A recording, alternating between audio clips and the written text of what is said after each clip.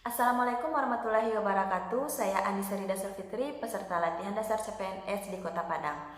Untuk kesempatan kali ini, izinkan saya mereview kembali materi agenda 1 yang berjudul Isu-isu Strategis Kontemporer Republik Indonesia. Sebelumnya kita harus mengetahui apa arti dari isu kontemporer. Isu kontemporer yaitu masalah yang terjadi dan menjadi perbincangan publik pada saat ini dan penyelesaiannya pun harus sesuai dengan masa sekarang. Adapun isu global yang sekaligus menjadi isu nasional yaitu pandemi COVID-19 yang membawa dampak terhadap pekerjaan kita, terutama yang berhubungan dengan pelayanan terhadap masyarakat. Maka dari itu, kita semua diharapkan bisa bersikap sesuai dengan tuntutan yang harus dipenuhi, yaitu mematuhi protokol kesehatan yang sesuai dengan standar yang berlaku. Kemudian, isu yang paling hangat dibicarakan yaitu pengunduran diri CASN dan P3K. Sebanyak 100 lebih CPNS dan 400 lebih P3K tahun 2022 mengundurkan diri dari instansi yang dilamar. Ada berbagai alasan dalam pengunduran diri ini. Yang pertama yaitu penggajian, yang kedua lokasi penempatan yang tidak sesuai dengan harapan, dan yang ketiga tidak mendapat dukungan dari orang terdekat. Seharusnya sebelum kita mengikuti ujian CPNS, kita harus mengetahui bagaimana sistem penggajian dan penempatan pada instansi yang kita lamar. Karena hal ini akan menyebabkan kerugian negara dan kerugian bagi orang lain, karena masih banyak di luar sana yang ingin lulus menjadi PNS. Nah, oleh karena itu, sebagai ASN, kita jangan sampai menjadi sumber isu atau masalah yang akan diselesaikan oleh pihak lain. Sebagai para calon ASN yang merupakan agen-agen perubahan, harus bisa menjadi solusi atau masalah yang ada di sekitar kita.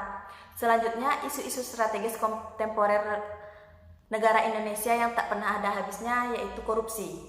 Yang mana korupsi dapat diartikan sebagai penyelewengan atau penyalahgunaan uang negara, penggelapan uang, penerimaan uang sogok, dan sebagainya.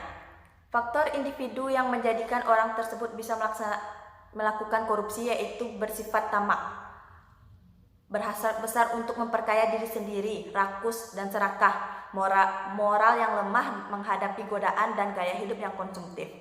Sebagai seorang ASN, kita harus menjauhi korupsi karena itu sangat bertentangan dengan Pancasila dan hal itu tentunya melanggar hukum. Jadi kita harus membangun sikap anti korupsi sejak dini dengan cara bersikap jujur, menghindari perilaku yang merugikan orang lain, menghindari konflik kepentingan hubungan kerja, menolak dan tidak menerima uang sogok, serta melaporkan pada pihak berwajib atau aparat hukum jika ada korban perbuatan korupsi. Selanjutnya ada narkoba. Narkoba yaitu bisa disebut juga dengan nafsa, di mana kedua istilah tersebut sama-sama digunakan dalam dunia obat-obatan atau untuk menyebutkan suatu hal yang bersifat adiktif, yaitu dapat mengakibatkan ketergantungan apabila disalahgunakan atau penggunaannya tidak sesuai dengan dosis yang dianjurkan oleh dokter.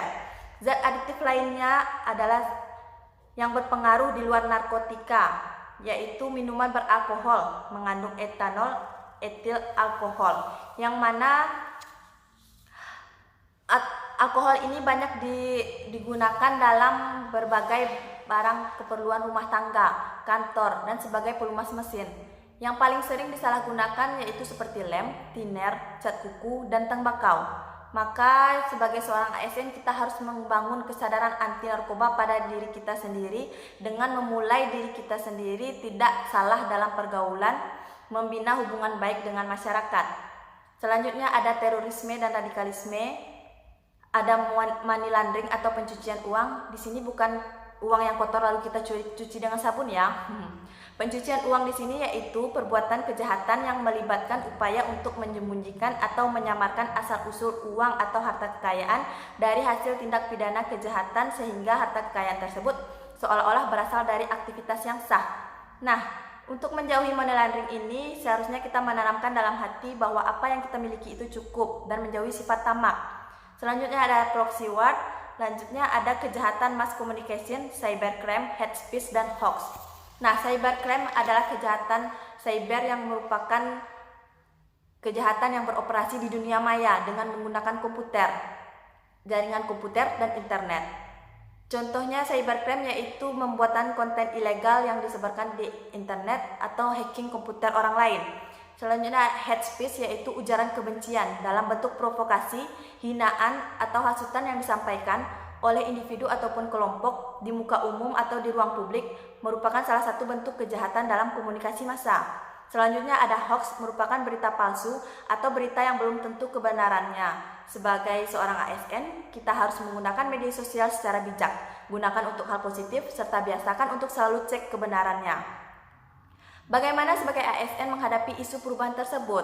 Kita harus berpikir logis, kritis, inovatif, dan terus mengembangkan diri berdasarkan semangat nasionalisme, bersikap jujur, bekerja sesuai dengan Pancasila dan undang-undang, membina hubungan baik dengan rekan kerja, mengamalkan nilai-nilai Pancasila, bijak dalam bersosial media, dan memanfaatkan teknologi informasi sehingga ASN dapat mengembangkan kompetensinya dimanapun dan kapanpun. Selanjutnya, materi ketiga, teknik menapis isu dengan USG. USG merupakan salah satu alat bantu tapisan dengan kriteria sangat USG atau tidak sangat USG, yang mana U urgensi, seberapa mendesak isu tersebut harus dibahas, dianalisa, dan ditindaklanjuti. Seriousness, seberapa serius isu harus dibahas, dikaitkan dengan akibat yang akan ditimbulkan. G growth, seberapa besar kemungkinan memburuknya isu tersebut jika tidak ditangani segera. Isu-isu yang ada di lingkungan kerja saya saat ini yaitu yang pertama, kurangnya kesadaran siswa menjaga kebersihan kelas di SDN 11 Kurau Pagang. Yang kedua, rendahnya motivasi siswa dalam proses pembelajaran di SDN 11 Kurau Pagang. Yang ketiga, kurangnya kedisiplinan siswa datang tepat waktu di SDN 11 Kurau Pagang. Penilaian menggunakan poin 1 sampai dengan 5. Poin 1 berarti tidak mendesak, poin 5 berarti sangat mendesak. Isu dengan total skor tertinggi merupakan isu prioritas yang akan ditetapkan untuk diselesaikan dengan kegiatan-kegiatan yang diusulkan. Nah, berdasarkan tabel yang ini, nilai yang tertinggi adalah pada isu rendahnya motivasi siswa dalam proses pembelajaran. Maka isu utama yang ditindaklanjuti adalah rendahnya motivasi siswa dalam proses pembelajaran di SDN 11 Kurau Pagang. Isu tersebut memiliki skor total 14, berarti itu yang paling tinggi ya. Isu terpilih di atas merupakan isu yang terkait dengan mata pelatihan pelayanan publik karena menyangkut tentang pelayanan seorang guru kepada siswa untuk meningkatkan motivasi siswa dalam proses pembelajaran agar tercapainya tujuan pembelajaran. Nah, untuk kesempatan kali ini sekian dulu materi dari saya. Assalamualaikum warahmatullahi wabarakatuh.